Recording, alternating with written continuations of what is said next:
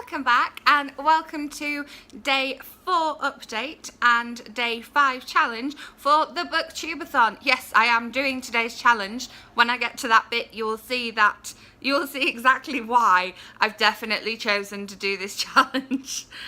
Yesterday's video brought you iced tea. Today's video brings you iced coffee. So yes, I said in yesterday's video that I wasn't feeling great, and I think that really did affect my reading yesterday. You know, sometimes you just want somebody to read to you, and it's testament to the fact that I think it was, me not feeling very well that kind of slowed me down a little bit, because I listened to a whole audiobook, but it took me all day to read like less than 300 pages of a physical book. And when I say it took me all day, I started reading that book at about 8:45 in the morning, and I finished it about 8:45 midnight at night.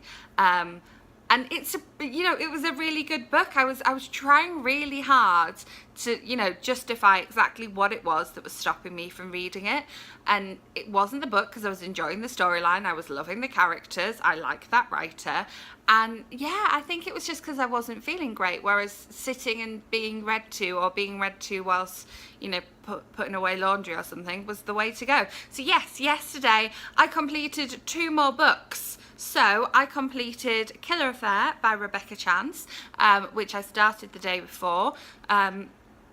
Rebecca Chance writes what are called bonkbusters, and this one was another fabulous one. I think I might make a video about it, because I think I can put into words better than I put in my review on a video. So look out for that video coming soon. And then I also listened to How to Bouse by Lily Singh, which I wasn't going to listen to, but I had a hold on the downloadable audiobook, and it came through last week, and so I was like, yeah, let's listen to that. I was really in the mood to listen to it, and I listened to the whole thing yesterday, and I loved that book, so I think I might make a whole video about that one too. That was another book with someone on the cover that I read in one day, someone who's very different from me, and Rebecca Chance's book features characters who are very different from me as well. So I still have the read 7 books and the read a book you bought because of the cover challenges to complete, which is about right, because I've read 5 books and I've got 2 challenges left. So if I haven't been keeping up with page count totals, so it's the end of the working week. There's 2 more days left, so I may as well update you on my page total so far. So I read The Crown, which was 278 pages. I read Into the Water by Paula Hawkins, which was 386 pages. I read I Heart Paris by Lindsay Kelk for the I Heart Forever reading group. That was 312 pages. I read How to Bouse by Lily Singh, which was 272 pages, and I read Killer Affair by Rebecca Chance, which was 400 pages. So my page count so far, I haven't verified this with a calculator, this was my adding up, was 1,648 pages. So we're on track. I'm in this position right now where I finished both those books last night and then went to bed and then got up and made this video. I'm not currently reading anything, and I haven't been reading anything for about 12 hours. I was catching up on a few YouTube videos this morning, seeing how everyone else is getting on with the BookTubeAthon, and I'm like, I haven't got a book on the go. In terms of audiobook, I kind of didn't expect to finish I Heart Paris so quickly, so I don't know whether to go straight into I Heart Vegas, or I do have a couple of other audiobooks on my overdrive that are non-fiction. I don't know if I'm better to go for non-fiction, or if I should start reading a non-fiction physical book. It's, when you're like, oh, I've kind of already deviated from my TBR, because I've read 2 books that weren't on the original 3 books that weren't on the original TBR anyway. So yeah, it's a bit confusing. Okay, so today's challenge was to do with being a teacher. So you can see why I've chosen to take part in today's challenge. The challenge is to pick a book that you would teach, or books to teach a lesson, imagining that you're a teacher. You don't have to be a teacher of a real subject, or you don't have to be, a teacher in a real school. So obviously I am a teacher, and so I thought I'd share with you sort of 3 books that I have used in the classroom that have proved to be very popular, ones that I've used with, you know, more than one class, and let you know which of my BookTubeAthon reads, because that's kind of part 2 of the challenge, which of your BookTubeAthon reads you would use to enhance this lesson as well. So we're back to this book again. We're back to Wonder by R.J. Palacio. This book I have read with children most years that I've been a teacher. I believe I started it with a reading group the first year at my last job, so I've used it over the past 5 years because I didn't have it before that. And this one, obviously, you can teach about being an individual and bullying and things like that, and this it's just a teacher's dream. It's got so many lessons in it. I'm excited for the film. I kind of don't want the film to come out, because as it stands, I can bring this book out to children and not everyone's heard of it, not everyone's read it. I was in Target the end of last year, and there was a little girl and she was like, oh, I've heard about this one, and her dad was like, oh, what's it about? And I just jumped straight in. I was like, it's a really good book, I really recommend you get it. Like, don't read what it's about first, just read it, it's so good. And she was like, oh yes, let's put it on the Christmas list. So that was good.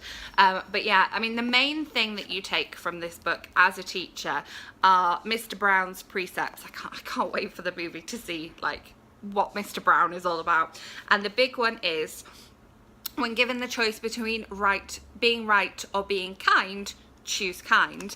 And there was this big anti-bullying campaign a couple of years ago with this one, with the hashtag choose kind. And so on my classroom or my office door, depending whether I've been classroom based or office based, I have on the thing above where you leave the classroom a reminder, hashtag choose kind. And we entered this competition, a group that I had one year, and they held up the big sign with hashtag choose kind, and they each had their own copy of Wonder, and they were reading it, and they did a video about it. It was great. Like, it's amazing. And as I say, hashtag choose kind is the big lesson from this one, but I think that it really teaches you about being an individual. And when you're teaching children who are in their last year of primary school, moving on to secondary school or moving on to high school, teaching about being an individual is quite a challenge, but I think it's a real worthwhile task. So another book that I've read to the same age of children that just teaches about being an individual but really makes them laugh is the Darcy Burdock series by Laura Dockrill. This is the one that I haven't read yet. Maybe I should read this one next for the readathon, you know? I like the cover. I didn't pick it because of the cover though. You know, you've got to be honest with yourself. Darcy Burdock. This is book 4 in the series. Oh, obviously. The first one is blue, the second one is yellow, the third one is purple, this one is green, and the 5th one is orange. I haven't got the 5th one. Need to get the 5th one. Just read this bit here. My name is Darcy. I see the extraordinary in the everyday and the wonder in the world around me. This is my 4th book, and I'm facing some of life's biggest important questions. The other thing about this one is that Darcy is on that, like, August in Wonder, and Darcy in this one is on that precipice of, like, moving on and struggling with their identity as they move to a new school.